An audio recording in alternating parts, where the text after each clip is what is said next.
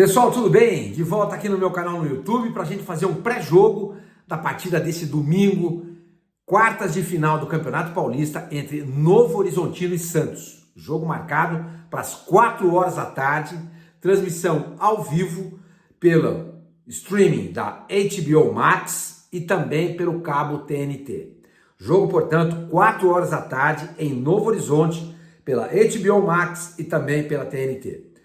Por que o jogo é em Novo Horizonte? Porque o Novo Horizontino teve campanha melhor que o Santos. Acabou em primeiro lugar na fase de classificação, o Santos acabou em oitavo. E essa é a única vantagem, gente. Só. Se acabar empatado, pênalti. A vantagem do Novo Horizontino é jogar em casa. De qualquer maneira, isso não vai se refletir na presença de mais torcedores do Novo Horizontino em relação ao Santos. Por quê? Porque o Novo Horizontino colocou 9.218 ingressos para esse jogo e destinou 5.964 bilhetes, 5.964 ingressos para a torcida do Santos, ou seja, algo em torno entre 55% e 60%. O Santos vai ser maioria nas arquibancadas do estádio Jorge Ismael de Biasi. Tá bom? Gente, vamos falar sobre isso, sobre a escalação do time. Tem muita mudança. Mas antes eu queria pedir para vocês se inscreverem no canal, deem um like, ativem o sininho, hype esse vídeo, porque tudo isso é importante para que o algoritmo do YouTube entenda a relevância desse canal e, consequentemente, acaba distribuindo para mais pessoas. Tá bom, gente? Pessoal, é o seguinte, então, como eu falei, a torcida do Santos vai ser maioria, tá? Algo em torno de 60%, 55%, 60%. O árbitro da partida vai ser o Flávio Rodrigues de Souza. Flávio Rodrigues de Souza, como eu disse para vocês no vídeo de ontem, ele apitou 2 jogos do Santos nesse campeonato. Exatamente contra o Novo Horizontino, na abertura da competição, em Santos. O Santos venceu de virada por 2-1. E também por 2-1, o Santos ganhou do Noroeste em Bauru. Foram os 2 jogos que o Flávio Rodrigues de Souza apitou do Santos nesse campeonato. Na partida contra o Novo Horizontino, não era o Rodrigo Guarizo Amaral, o homem do VAR, que vai ser deste domingo. O Rodrigo Guarizo Amaral trabalhou com o Flávio Rodrigues de Souza na partida contra o Noroeste em Bauru. E chamou lá o árbitro para expulsar lá o jogador do Noroeste, o Thiago Borges, né? Deixa eu ver se é isso mesmo. Thiago Lopes, que foi expulso corretamente ao atingir o zagueiro Zé Ivaldo. O torcedor do Santos reclamou muito de um gol no lado do Gabriel, mas foi muito bem anulado pelo VAR. Trabalho perfeitinho do Rodrigo Guarizo Amaral. Então tá aí. Árbitro principal, Flávio Rodrigues de Souza, VAR Rodrigo Guarizo Amaral. Jogo na HBO Max, streaming, TNT, cabo. 4 horas da tarde em Novo Horizonte, interior de São Paulo, porque o Novo Horizontino teve a melhor campanha. Gente, vamos falar do time. Os relacionados para esse jogo, o técnico Juan Pablo Vojvoda pode escolher quem ele quis. Por quê? Porque o departamento médico do Santos, neste momento, está às moscas. Não tem ninguém. Você entra lá, abre a porta, ninguém abre por quê? Porque não tem ninguém lá dentro. Aí você pega e abre a porta. Vai tentar abrir, não tem, tá fechado. Por quê? Porque não tem ninguém, a sala tá vazia. Então tá tudo bem, graças a Deus, não tem nenhum jogador do Santos lá. E o técnico Vojvoda relacionou para essa partida 3 goleiros. Brasão, Diógenes e o João Pedro. Tá? É normal quando você joga fora de casa levar 3 goleiros. Os laterais, pela direita, Igor Vinícius e o Mike. Na esquerda, Escobar e o Vini Lira. 3 zagueiros, Frias, voltando, como antecipei para vocês, Luan Pérez e o Zé Ivaldo. Aí no meio tem Arão, Gabriel Menino, Gabriel Bontempo, João Schmidt, Gustavinho e o Zé Rafael. Arão, Gabriel Menino, Gabriel Bontempo, Schmidt, Gustavinho e o Zé Rafael. Ali no meio, tá? No meio, Neymar, Barreal, Roleiser e Miguelito.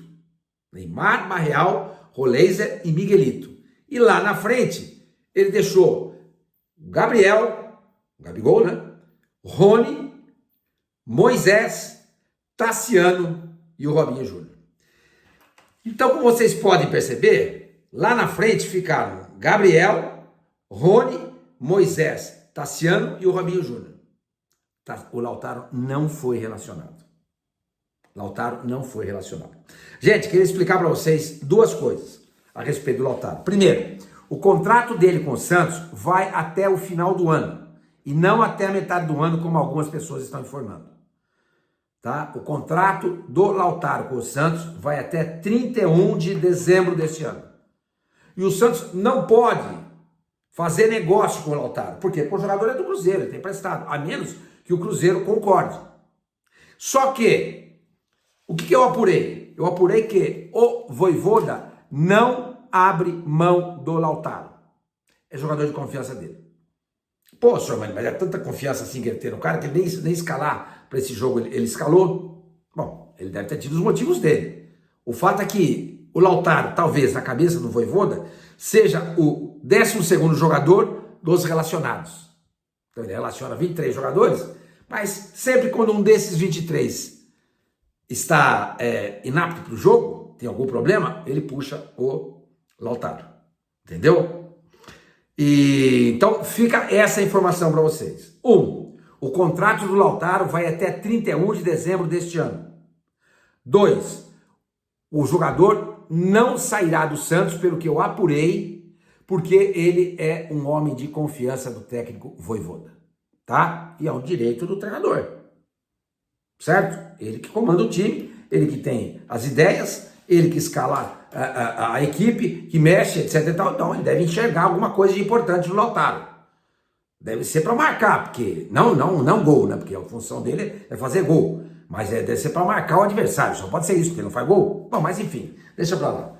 Então é essa informação que eu queria deixar para vocês e torno a dizer. O contrato dele vai até 31 de dezembro deste ano e o Vojvoda não abre mão do Lautaro. Ele não vai sair do Santos, pelo que eu apurei. Tá bom?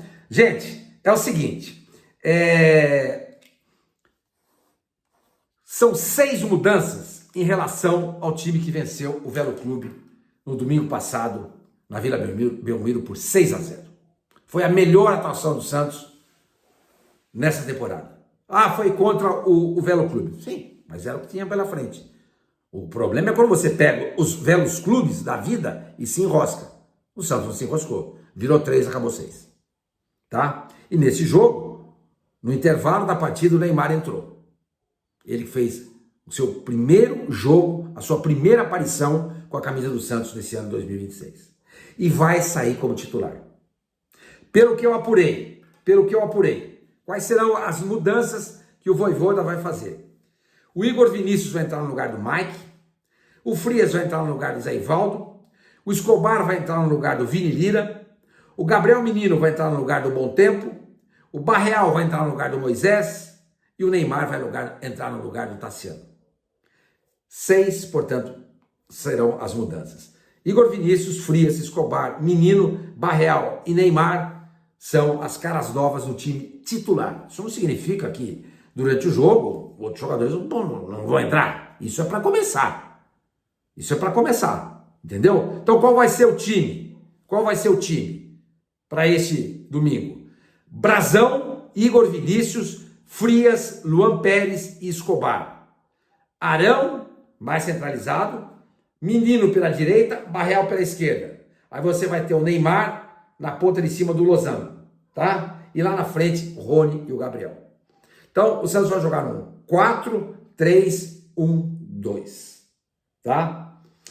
O Novo Horizontino é um time que fez uma campanha muito boa em casa, muito boa. Em 4 jogos, foram 8 jogos, né, durante a fase de classificação, 4 como mandante, ele fez 10 gols em Novo Horizonte. 10 gols. Uma média de 2,5 gols por partida. Não se esqueçam, hein? Esse time meteu 4-0 no Palmeiras. O Palmeiras tinha alguns desfalques? Tinha. Mas a zaga, por exemplo, era todinha titular. A exceção foi o Lomba, o goleiro.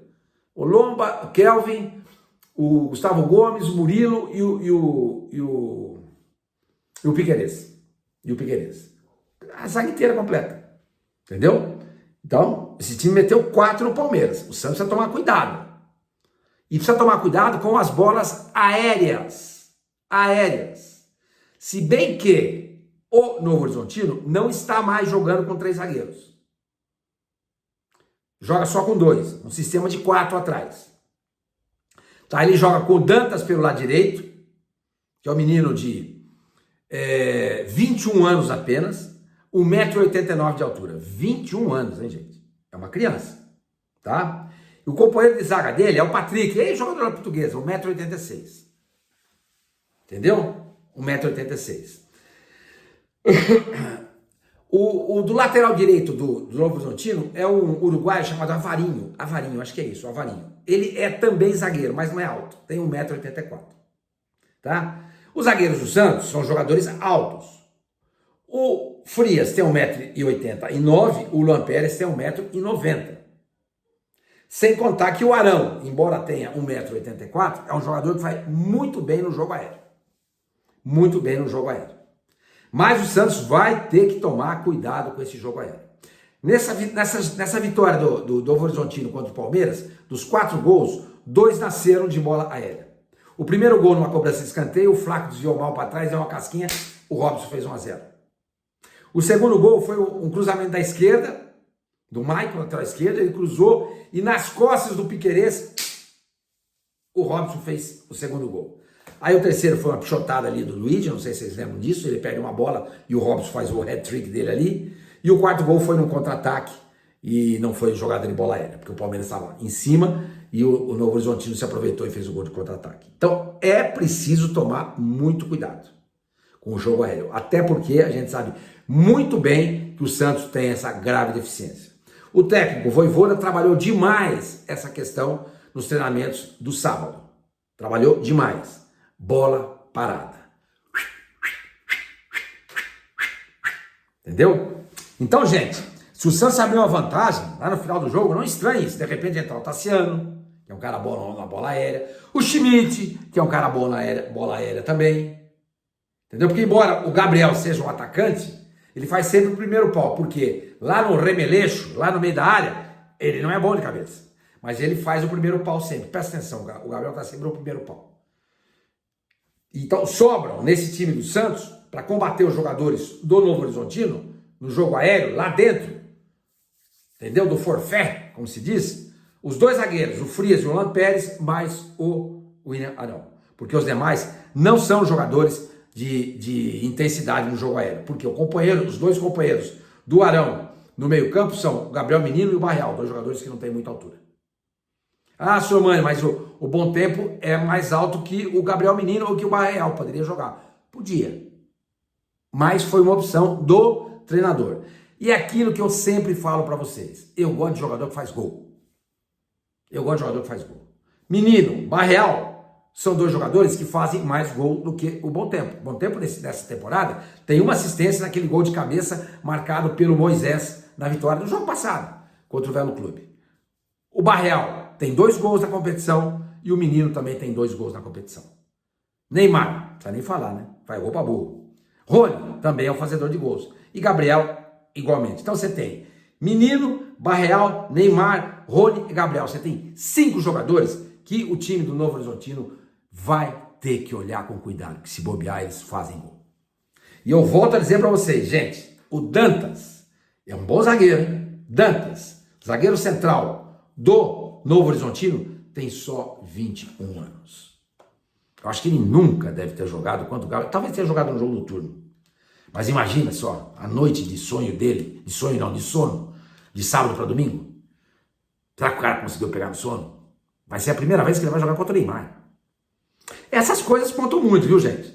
Essas coisas contam muito. Até por isso, eu acho que o Vojvoda optou para deixar o Bom Tempo no banco. Para botar o Gabriel Menino e o Barreal, que são jogadores, um ou outro, né, no caso, que são jogadores muito mais experientes do que o Bom Tempo.